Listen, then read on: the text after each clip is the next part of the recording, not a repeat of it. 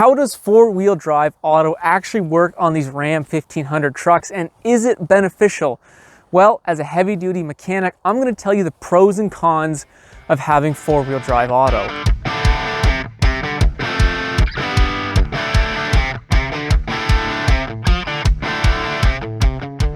Welcome back to the channel, guys. We are back with another Ram limited truck we get to play around with. Today, I want to focus on the pros and cons of this truck's four-wheel drive system. In the past, I've done a number of videos on the 4th gen Ram 1500's four-wheel drive systems, pros and cons, and I figured it would be interesting to take a look at the 5th gen Ram's four-wheel drive system, do the same tests to see if there's any benefits or improvements with these later model trucks. Looking back to the 4th gen trucks, those trucks came with actually two transfer case options, the BorgWarner 4444 and the BorgWarner 4445. Now, the 44 was a clutch pack transfer case that gave you guys four-wheel drive auto. The BorgWarner 4445 was a more traditional style transfer case, a gear-on-gear engagement, which was a much stronger off-road unit, but did not come with four-wheel drive auto. One of the biggest complaints about that BorgWarner 44 clutch pack style four-wheel drive auto transfer case was that at times the front driveline would actually be disengaged by the truck. This would happen when the truck felt like there could be damage to those clutches.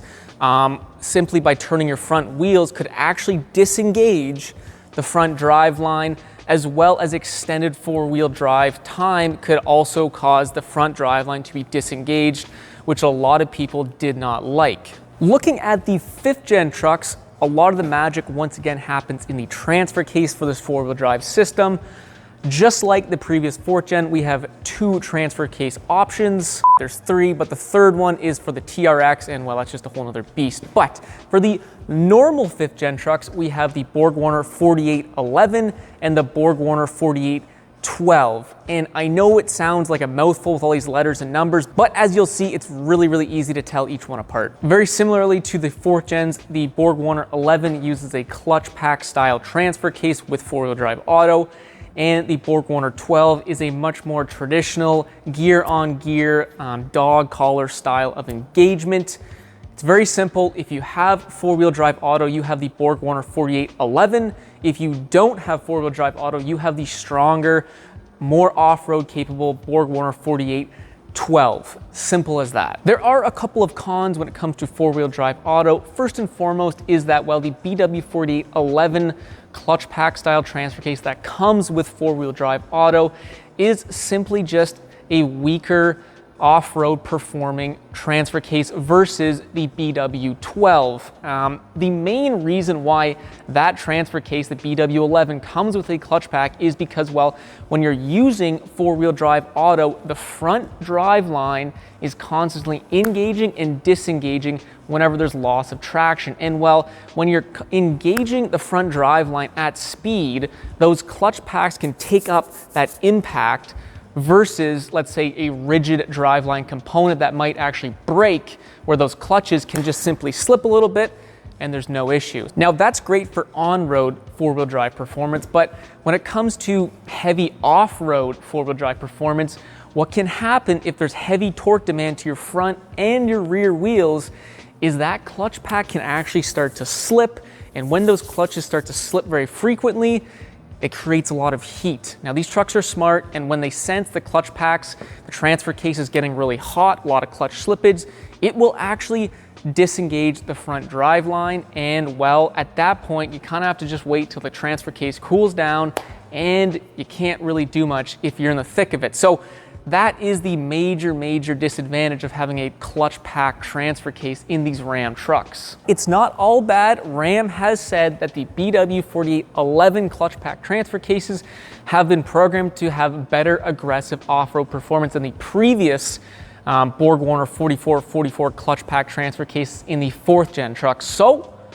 let's get this thing outside. We'll do some real-world tests and see if there is actually some performance differences versus the 4th gen. Well, we're out in the yard here. We got the limited tied up, chained up to a block. And what we're gonna do is pretty simple. We're gonna put the truck in four-wheel drive high or four-wheel drive lock, and we're just gonna see what wheels get what power. With the 4th gen trucks, whenever you turn the wheels all the way over, oftentimes power would be cut to the front wheels. This is you know, safety third kind of thing. We're gonna really test out this transfer case. It's really too bad I don't have 2 cameras because I couldn't show that the rear wheels were actually spinning, so you just have to take my word for it. I think you can see that the truck is kind of torquing up and the rear wheels were spinning, but for the most part, the front axle doesn't move at all.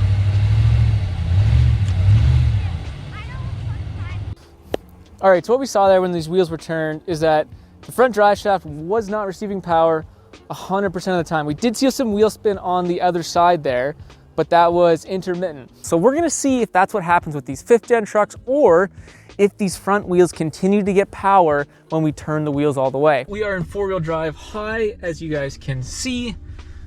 Put her in drive and we'll see what happens with our steering wheel straight.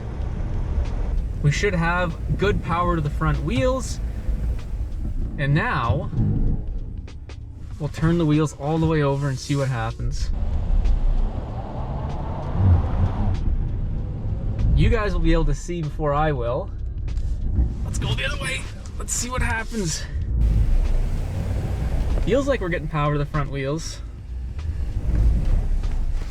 So judging by the marks left by the front tires here, I'm gonna say that was a success. The front wheels continue to turn no matter how hard I turn that steering wheel, which is definitely an improvement over the 4th gen trucks. Now, a few of you guys are probably screaming, Alex, turn off your electronic stability control or your ESC system. And for those of you who don't know or aren't aware, if you have a truck with 4-wheel drive auto, the best thing you can do if you know you're gonna be in the thick of it, really doing some off-roading, turn off your electronic stability control. It will add a lot more off-road performance to these trucks. It'll send a lot more power to your front drive shaft. And it's just a really, really good thing to do if you are ending up in some serious off-road conditions. And I'll show you how to do that. So to turn off your electronic stability control, you have to be in 4-wheel drive, which we are. Come over to your traction control, hold this button for like 5 seconds. So 1, 2, 3, 4, 5, 6, 7. There you go. ESC off. So our next test is we're just gonna drive this thing in a circle on dry pavement. If that transfer case is fully locked up, we'll hear these wheels skip and bind along. My old 4th gen truck, I turned it in a tightest circle I could. The wheels never bound up in 4-wheel drive lock, meaning that the transfer case was actually never fully locked. The traction control and the ESC system off. Bang, there we go. Okay, so now our transfer case should be fully locked up no matter what.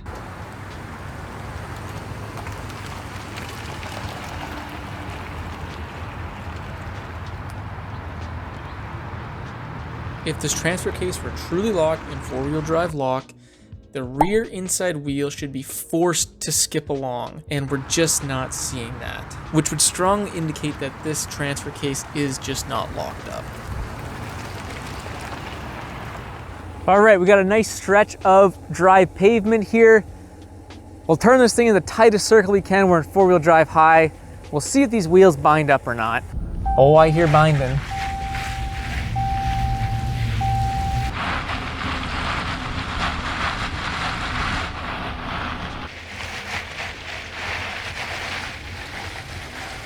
Well, there you go. I was actually not expecting that. This thing actually bound up pretty good. Turns out the BorgWarner 4811 clutch pack transfer case actually does somewhat fully lock up, and Ram was not lying when they did say they improved the off-road capability of this clutch pack transfer case, because in my opinion, it is night and day between the 5th gen clutch pack transfer case and the 4th gen. Despite this clutch pack transfer casing having a pretty dramatic off-road improvement over the previous generation, I still would probably want to veer away from it, my personal opinion anyways. The reason being because, like I mentioned earlier in the video, this truck, if these clutches get too hot with extended off-road use, it will completely disengage the 4-wheel drive system.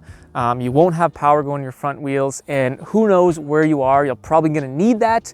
And that's the one reason why I would still try and find or want a truck with the BW 4812 transfer case, that true locking mechanical transfer case, which just will split power 50-50 no matter what. Now, with all that being said, I would say for about 95% of Ram 15 owners, the BW11 clutch pack style four-wheel drive auto transfer case will be 100% adequate for their needs. And up here in Canada in the snow, there are some really nice advantages with having four-wheel drive auto. This is a perfect situation where four-wheel drive auto is actually really advantageous, because at these speeds you're going roughly 90, maybe 100 kilometers an hour. You really don't want to be in four-wheel drive lock or lock the four-wheel drive system at these speeds necessarily. It's just adding wear. With four-wheel drive auto, the truck can be in two-wheel drive, and then once it detects slippage, it'll send power to the front wheels. So four-wheel drive auto is highly advantageous for situations like this. Here's another situation where four-wheel drive auto is pretty advantageous. So we got a snowy road and we got a perfectly clear road. This happens quite a bit when it snows in Canada. Some roads are just clear, some roads are snowy. We're in two-wheel drive right now. We're gonna lose traction. We won't be able to get onto this dry road, but you don't really want to be in four-wheel drive on the dry road either. This is where four-wheel drive auto is perfect, because, well, once it detects slippage, power will be sent to the front wheel and will just move right along like nothing to it. And once we get on the dry pavement, power will only go to the rear wheels and there'll be no damage to your four-wheel drive system. So now we're in four-wheel drive auto, and you can see the truck just puts us right along, and then once we get back on the dry pavement, the truck will just send power to the rear wheels. Perfect. So like almost anything when it comes to the truck world, it depends on your application, what you plan on doing with your truck. If you know you're gonna need some real off-road ability, I would highly recommend looking at a truck that you can get the BW4812 true mechanically locking transfer case, because it'll just really help you in those situations. However, if you're one of those people that know you're not necessarily buying this truck for off-road ability, you're buying it for the bed towing ability, then getting the BW4811 transfer case is 100% not a bad thing, and having four-wheel drive auto, like we saw, does have some advantages. So at the end of the day, it just comes down to application and what you guys need. As always, guys, let me know what you think. Do you like these trucks? Do you have a Ram 1500? Do you like the off-road performance? But I'm happy to report that these 5th gen clutch pack transfer cases are a step up in terms of off-road performance versus the 4th gen clutch pack transfer cases. Being a previous owner of a Ram 1500, I was always a little bit worried taking the truck off-road because I had a clutch pack transfer case with four-wheel drive auto, and I just felt like I couldn't trust the thing. So I am happy to see that there is a little bit more off-road performance with these newer trucks. But as always, if you like the video, don't forget to leave that thumbs up. And if you like cool stuff like this, don't forget to subscribe, because we got a lot of truck content in 2024 coming your way. Anyways, enough of me. See you in the next freaking video.